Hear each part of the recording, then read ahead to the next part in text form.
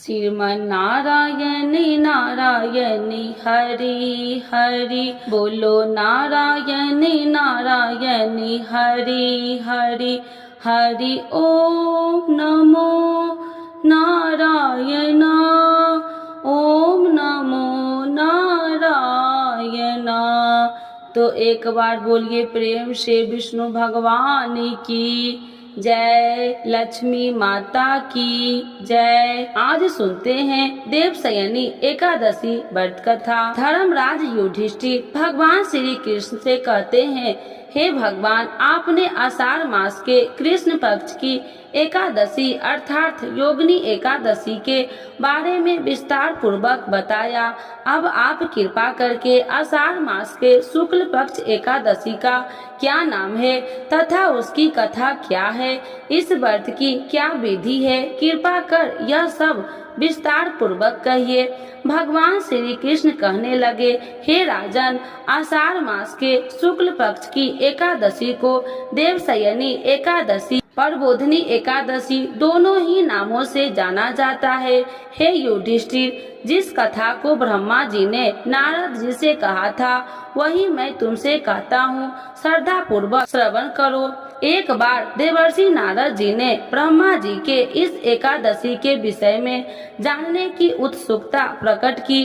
तब ब्रह्मा जी नारद को इस एकादशी की कथा सुनाने लगे। सतयुग में मानधाता नामक एक चक्रवर्ती सम्राट राज्य करते थे। उनके राज्य में प्रजा बहुत सुखी थी, किंतु भविष्य में क्या हो जाए यह कोई नहीं जानता। अतः वे भी इस बात से अनभिज्ञ थे कि उनके राज्य में शीघ्र ही भयंकर अकाल पड़ने वाला है।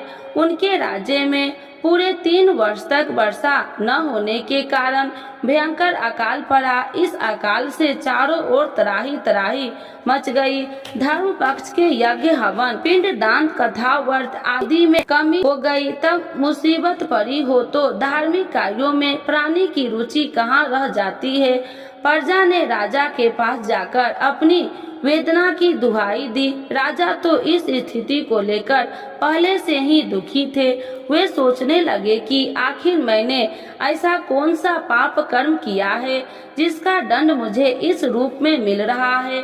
फिर इस कष्ट से मुक्ति पाने का कोई साधन करने के उद्देश्य से राजा सेना को लेकर जंगल की ओर चल दिए। वहां विचरण करते करते एक दिन वे ब्रह्मा जी के पुत्र अंगिरिका ऋषि के आश्रम में पहुँचे और उन्हें दंडवत प्रणाम कर राजा ने अपनी शंका ऋषि के सामने प्रकट करते हुए अपने आने का उद्देश्य बताया। उस समय सतयुग में ज्ञान ग्रहण करने का अधिकार केवल ब्राह्मणों को ही होता था और अन्य वर्ण विशेषकर शूद्र के लिए तो यह वर्जित था और इसे पाप माना जाता था। ऋषि कहने लगे, हे राजन, आपके शासन में एक शूद्र नियम का उल्लंघन कर शास्त्र शिक्षा ग्रहण कर रहा है। इसी महापाप का कामी राजा तुम्हारी सारी प्रजा उठा रहा है। प्रजा को इस विपदा से उबारने के लिए तुम्हें उसका वध करना होगा। लेकिन राजा का मन यह नहीं मान रहा था कि वह मात्र शिक्षा ग्रहण करने को ही अपराध मान लिया जाए। उन्होंने कहे कि हे, क्या कोई ऐसा मार्ग नहीं है जिससे उस निरपराध की हत्या के पाप से मैं बच सकूं। तब अंगिरा ऋषि कहने लगे, एक उपाय है राजन, तुम आषाढ़ मास की शुक्ल पक्ष की एकादशी के व्रत का विधिवत पालन करो। तुम्हारे राज्य में खुशियाँ पुनः लौट आएगी। राजा अपने राज्य की राजधानी लौट आए और आषाढ़ महीने की शुक्ल पक्ष एकादशी का विधि पूर्वक व्रत किया। व्रत के प्रभाव से उन्हें राज्य में मूसलाधार वर्षा हुई और पूरा राज्य धन्य धान्य से परिपूर्ण हो गया। तो एक बार बोलिए प्रेम से विष्णु भगवान की जय, लक्ष्मी माता की जय। देवशयनी एकादशी व्रत कथा 2। पौराणिक कथा के अनुसार एक बार राजा बलि ने तीनों लोक पर कब्जा कर लिया था। देवी देवता परेशान हो गए। भयभीत होकर देवराज इंद्र भगवान विष्णु से मदद मांगने उनके पास पहुँचे। श्री हरि ने 52 अवतार धारण कर लिया और भिक्षु के रूप में बलि के पास दान मांगने पहुँचे।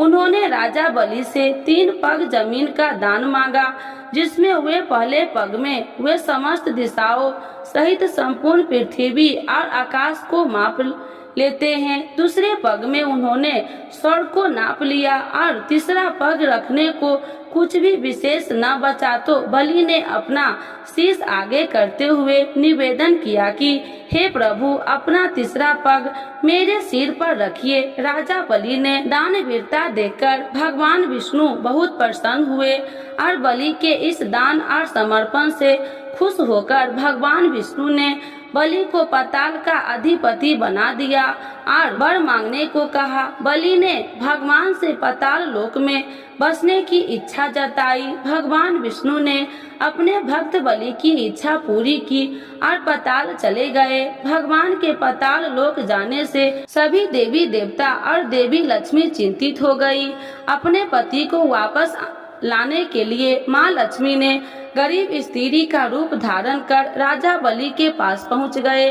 राजा बलि को राखी बांधकर देवी लक्ष्मी ने उन्हें भाई बना लिया और बदले में भगवान विष्णु को पाताल लोक से वापस ले जाने का वचन ले लिया। भगवान ने राजा बलि को निराश न करते हुए ये वरदान दिया कि वो हर साल आषाढ़ शुक्ल एकादशी से कार्तिक शुक्ल एकादशी यानी कि 4 माह तक पाताल लोक में योग निद्रा में निवास करेंगे। तो एक बार बोलिए प्रेम से विष्णु भगवान की जय, लक्ष्मी माता की जय। इस कथा के बिना अधूरी है एकादशी की कथा।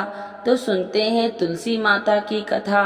तो एक बार बोलिए प्रेम से तुलसी माता की जय, श्री कृष्ण भगवान की जय। एक बुढ़िया माई तुलसी जी को सींचती और कहती कि हे तुलसी माता, सत की दाता, मैं तेरा बिटला सींचती हूँ, मुझे बहू दे, पीताम्बर की धोती दे, मीठा मीठा घास दे, बैकुंठ में वास दे, चटक की चाल दे, पटक की मौत दे, चंदन का काठ दे, रानी सा साज दे, दाल भात का भोजन दे, एकादशी की मौत दे, कृष्ण जी का कंधा दे।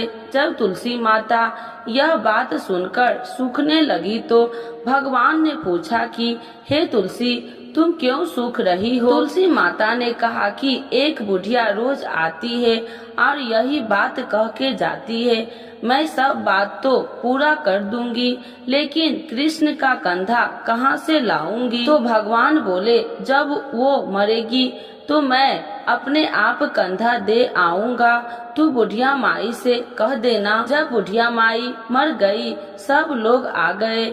जब माई को ले जाने लगे तो वह किसी से न उठी। तब भगवान एक 12 बरस के बालक का रूप धारण करके आए।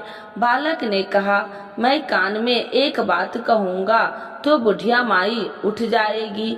बालक ने कान में कहा, बुढ़िया माई मन की निकाल ले, पीताम्बर की धोती ले, मीठा मीठा ग्रास ले, बैकुंठ का वास ले, चटक की चाल ले, पटक की मौत ले, कृष्ण जी का कंधा ले। यह सुनकर बुढ़िया माई हल्की हो गई।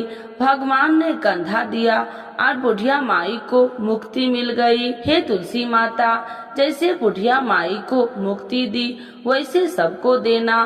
तो एक बार बोलिए प्रेम से तुलसी माता की जय, श्री कृष्ण भगवान की जय। एकादशी के दिन यह कथा जरूर सुने। एक लपसी था, एक तपसी था। तपसी हमेशा भगवान की तपस्या में लीन रहता था। लपसी रोजाना 1.25 सेर की लापसी बनाकर भगवान का भोग लगाकर जीम लेता था। एक दिन दोनों लड़ने लगे।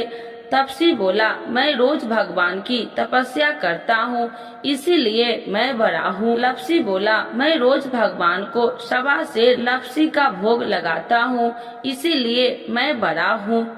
नारद जी वहाँ से गुजर रहे थे।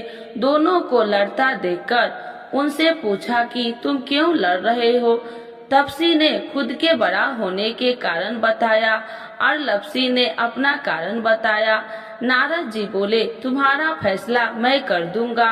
दूसरे दिन लपसी और तपसी नहाकर अपनी रोज की भक्ति करने आए तो नारद जी ने छुप कर 1.25 करोड़ की एक एक अंगूठी उन दोनों के आगे रख दी। तपसी की नजर जब अंगूठी पर पड़ी तो उसने चुपचाप अंगूठी उठाकर अपने नीचे दबा लिया।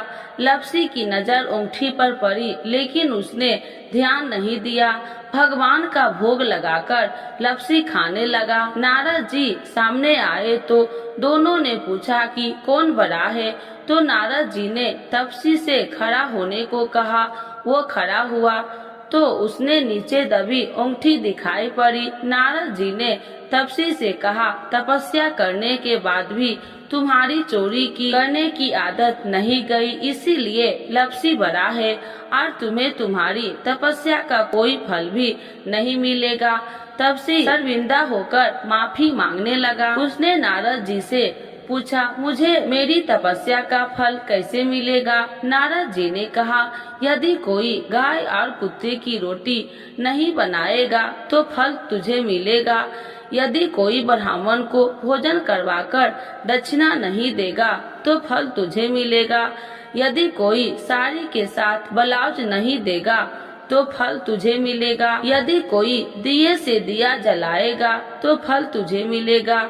यदि कोई सारी कहानी सुने लेकिन तुम्हारी कहानी नहीं सुनेगा तो फल तुझे मिलेगा। उसी दिन से हर व्रत कथा कहानी के साथ लपसी तपसी की कहानी भी सुनी और कही जाती है। तो एक बार बोलिए प्रेम से एकादशी माता की जय। देवशयनी एकादशी का महत्व। आषाढ़ मास के शुक्ल पक्ष की एकादशी को ही देवशयनी एकादशी कहा जाता है। इसी एकादशी से चतुर्मास का आरंभ माना जाता है। आषाढ़ महीने की शुक्ल एकादशी से लेकर कार्तिक महीने की शुक्ल एकादशी तक इसी अवधि में कोई भी शुभ कार्य जैसे विवाह आदि नहीं किया जाता है। इसी दिन से भगवान श्री हरि विष्णु पाताल लोक में शयन करते हैं और फिर 4 माह बाद उन्हें उठाया जाता है। उसी दिन को देवशयनी एकादशी कहा जाता है। इस बीच के अंतराल को ही चतुर्मास कहा गया है। देवशयनी एकादशी को देवशयनी पद्मनाभा शयनी तथा परबोधिनी एकादशी भी कहा जाता है। एकादशी व्रत जब किसी कामना के लिए किया जाता है तो उसे काम में एकादशी व्रत कहते हैं। ऐसे व्रत धन संपत्ति संतान आयु स्वास्थ्य आदि की कामना से किया जाता है। यदि निष्काम भावना से यह व्रत किया जाता है तो उसे नित्य एकादशी व्रत कहा जाता है। इस व्रत में भगवान की भक्ति ही मुख्य होता है। पुराणों की व्याख्यात करने वाले ब्रह्मा जी श्री सूत जी महाराज से एकादशी के महत्व और उनसे संबंधित कथाओं का वर्णन किया है। उनके अनुसार इंद्रियों नियम यानी संयम करना आवश्यक होता है, इसीलिए इसे नियम भी कहते हैं। एकादशी व्रत के नियम पूर्वक बुद्धि निर्मल होने लगती है, विचारों में स्वत गुणों का आगमन होने लगता है, विवेक शक्ति आती है तथा सत असत का निर्णय स्वतः ही होने लगता है। देवशयनी एकादशी पूजन की सामग्री।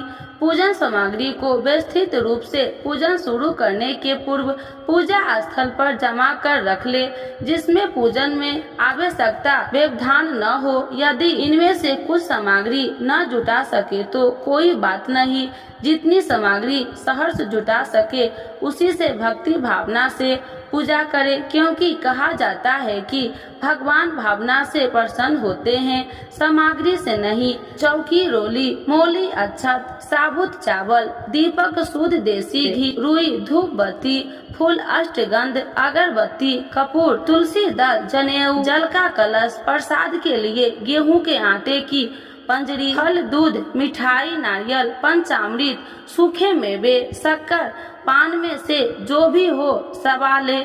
दक्षिणा, पूजन को शुरू करने से पहले मंडप तैयार कर ले। सबसे पहले पूजा के स्थान को साफ कर ले। अब पूर्व या उत्तर की ओर मुख कर बैठे। पूजा वाले स्थानों को साफ करके चौकी स्थापित करनी चाहिए। चौकी पर शुभ चिन्ह स्वास्तिक बनाए। चौकी पर साफ लाल रंग का कपड़ा बिछाए। अब भगवान श्री गणेश एवं भगवान विष्णु की तस्वीर रखे। श्री कृष्ण या सत्यनारायण की प्रतिमा की भी स्थापना कर सकते हैं। बाईं ओर दीपक रखे और चौकी के सामने पूजन की थाली व जल भरकर कलश रखे। पूजन की थाली में रोली से एक स्वास्तिक बनाते हैं। इस थाली में ही फूल, मिठाई, रोली मोली, सुपारी, पान का पत्ता, चावल, कपूर, धूप, अगरबत्ती, एक दीपक, जल कलश रखे। तो आज जानते हैं देवशयनी एकादशी 2024 देवशयनी एकादशी व्रत कब है, जाने तारीख, महत्व और पौराणिक महत्व। देवशयनी एकादशी पर तिथि का धर्म शास्त्रों में विशेष महत्व है। देवशयनी एकादशी से भगवान विष्णु 4 महीने के लिए योग निद्रा में चले जाते हैं। बता दें कि साल में कुल 24 एकादशियां तिथि आती है। वैसे तो सभी एकादशी तिथियों का अपना एक अलग महत्व है, लेकिन देवशयनी एकादशी को बाकी एकादशियों में सबसे अधिक महत्वपूर्ण माना गया है। आइए जानते हैं कब है देवशयनी एकादशी और क्या है इसका महत्व। देवशयनी एकादशी 2024 में कब है? पंचांग के अनुसार 16 जुलाई मंगलवार को रात में 8:24 से एकादशी तिथि का आरंभ होगा। 17 जुलाई 9:03 पर एकादशी तिथि रहेगी। देवशयनी एकादशी का व्रत 17 जुलाई को रखा जाएगा। एकादशी व्रत का पारण अगले दिन यानी 18 जुलाई को किया जाएगा। देवशयनी एकादशी का महत्व। देवशयनी एकादशी को लेकर पौराणिक मान्यता कहती है कि इस व्रत को करने से व्यक्ति को भगवान विष्णु की विशेष कृपा प्राप्त होती है, साथ ही सभी पापों का नाश होता है। इस एकादशी का व्रत करने से व्यक्ति को मोक्ष की प्राप्ति होती है। इसी के साथ देवशयनी एकादशी के दिन देवतागण भी व्रत रखते हैं और भगवान विष्णु की उपासना करते हैं। देवशयनी एकादशी के दिन से भगवान विष्णु 4 महीने के लिए योग निद्रा में चले जाते हैं और सृष्टि का कार्य भार भगवान शिव को सौंप देते हैं। देवशयनी एकादशी से ही चतुर्मास का आरंभ हो जाता है। इन 4 महीनों में कोई भी शुभ कार्य नहीं होते हैं, क्योंकि इन 4 महीनों तक मंगल कार्यों में भगवान विष्णु शामिल नहीं हो पाते हैं। इसीलिए शादी, मुंडन, गृह प्रवेश आदि जैसे मंगल कार्य इस दौरान आयोजित नहीं किया जाता है। देवशयनी एकादशी को लेकर विभिन्न मान्यता है कि जब भगवान विष्णु शंखचूड़ के साथ युद्ध करते हुए थक गए थे तो सभी देवताओं से भगवान विष्णु ने प्रार्थना की, आप आराम कीजिए और कुछ समय के लिए शयन में चले जाइए। भगवान विष्णु देवताओं की प्रार्थना पर 4 महीने के लिए योग निद्रा में चले गए। दूसरी मान्यता यह है कि भगवान विष्णु के राजा बलि को वरदान दिया था कि वह हर साल 4 महीने के लिए पाताल लोक में आकर वामन रूप में वास करेंगे। इसीलिए भगवान विष्णु योग निद्रा में चले जाते हैं, वामन रूप में पाताल में वास करते हैं। तो एक बार बोलिए प्रेम से विष्णु भगवान की जय, लक्ष्मी माता की जय। देवशयनी एकादशी माता की आरती। ओम जय एकादशी जय एकादशी जय एकादशी माता, विष्णु पूजा व्रत को धारण कर शक्ति मुक्ति पाता।